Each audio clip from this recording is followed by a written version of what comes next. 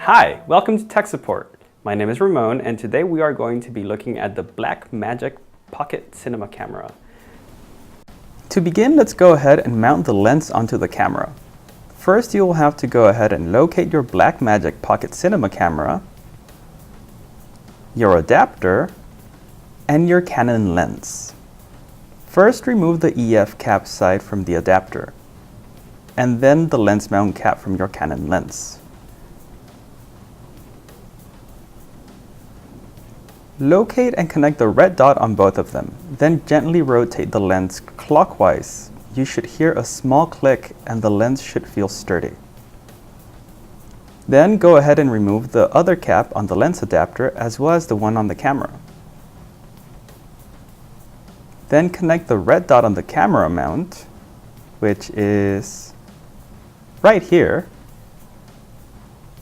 to the white dot on the lens adapter and rotate clockwise. You should be able to hear the camera lens mount release button click. This should connect the lens to the camera. Then go ahead and mount it to your tripod.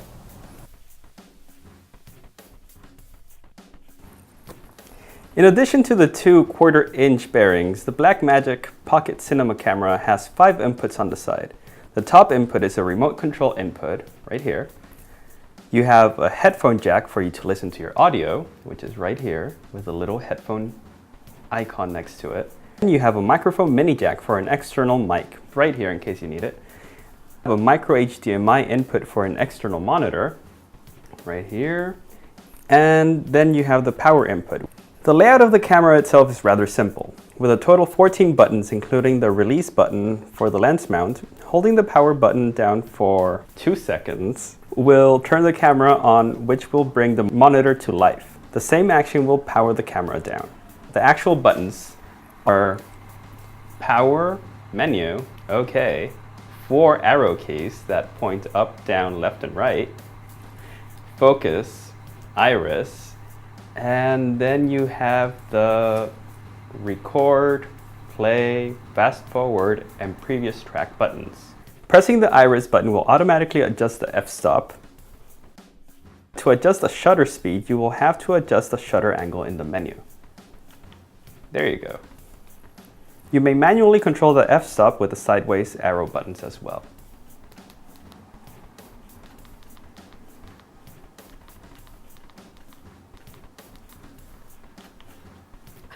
In native lenses, pressing the focus button once will obtain automatic focus.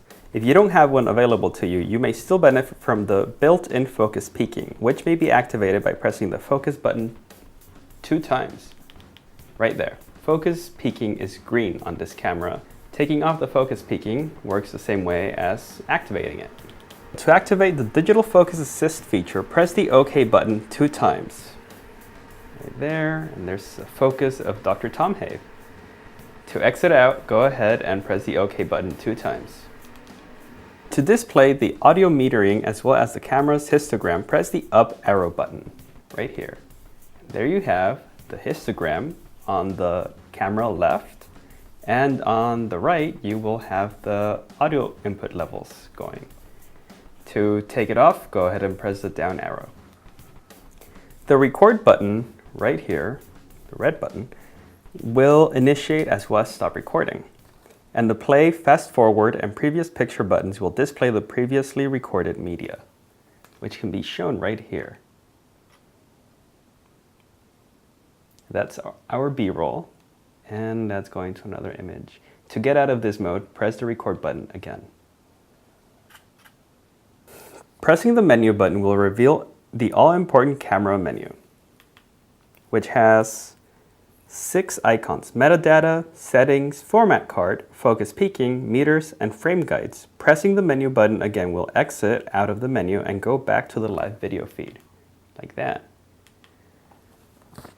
To navigate the menu, simply use the arrow keys and press the OK button to select an icon, like that, all around. Metadata. The Blackmagic Pocket Cinema Camera allows you to input the metadata for your production. which should help you out in post. You may input your project name, reel, scene, shot, and take, and even add comments. Simply scroll around with your arrow keys and press OK and use the on-screen keyboard to do it. Like right there. You can rename it whatever you want. Simply use those. Also, remember to save when you're done. Under settings, you can go ahead and see your camera, audio, recording, and display settings. Under the camera settings, you can control your ISO, white balance, and shutter speed. Select an ISO level that matches your shooting situation. As a rule, this camera only ranges between 200 to 1600 ISO. Remember that going too high in number will produce noise in your image. This camera does not have a custom white balance. It has a range from 2500 Kelvin to 8000 Kelvin. The shutter angle controls the shutter speed. 180 degrees is the standard, but remember that this should be adjusted for your shooting needs. Keep in mind that the smaller the value is, the darker the image will be, but it will be more crisp. A larger shutter angle will be more blurred. If you find yourself having to use an external microphone, go to the audio settings and under Channel 1 and Channel 2 input levels, select Line. Changing this should enable the external microphone to feed into the camera. Under the recording settings, you will find recording format, dynamic range, frame rate, and time-lapse interval. Right there. Recording format. This controls the compression format, how much information you recorded, and it affects how much you can do with the material in post-production. The formats available are ProRes Proxy, ProRes LT, ProRes 422, ProRes HQ, and RAW. Shooting in RAW will require an additional tutorial. ProRes 422 is the most widely internet used codec and offers a pretty good compression ratio, but the final decision is up to you. Right there. Dynamic range. The options are video and film. Unless you have experience color grading film, video on an NLE, it is advisable you select video under this section. Otherwise, your footage will appear flat and you will have to color grade it. That is another tutorial. So there is film, and there is video. Frame rate. 23.98 frames per second, 24 frames per second, 25 frames per second, 29.97 frames per second, and 30 frames per second. 24 frames per second is considered to look most cinematic, and 30 frames per second at 1080p, what this camera shoots at, is considered full HD. And then you have the time-lapse interval. This feature is wonderful for making time-lapse photography sequences for your video.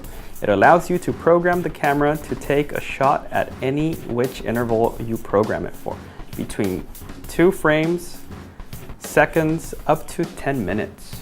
And there you go, 2 seconds, 3, you get the picture. Up to 1 minute, and then up to 10. And going back to the main menu, selecting format card will go ahead and format your memory card. Right there.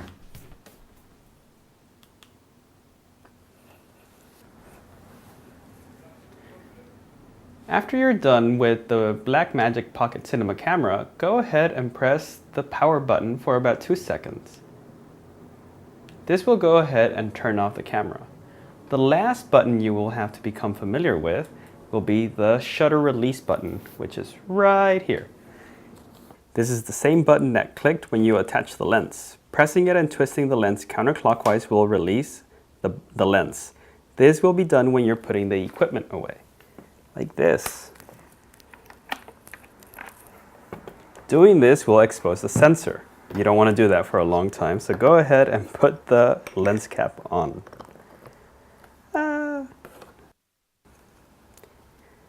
Then you want to go ahead and close the adapter as well. There is a small release button also on the adapter. You're going to go ahead and press that, which will release the lens and twist counterclockwise. This will remove the adapter from the lens. Next, you will go ahead and cover up the lens with its cap, and then you will go ahead and cover up the adapter. There you go. And then you put your equipment away. Thank you for watching Tech Support. My name is Ramon, and good luck shooting.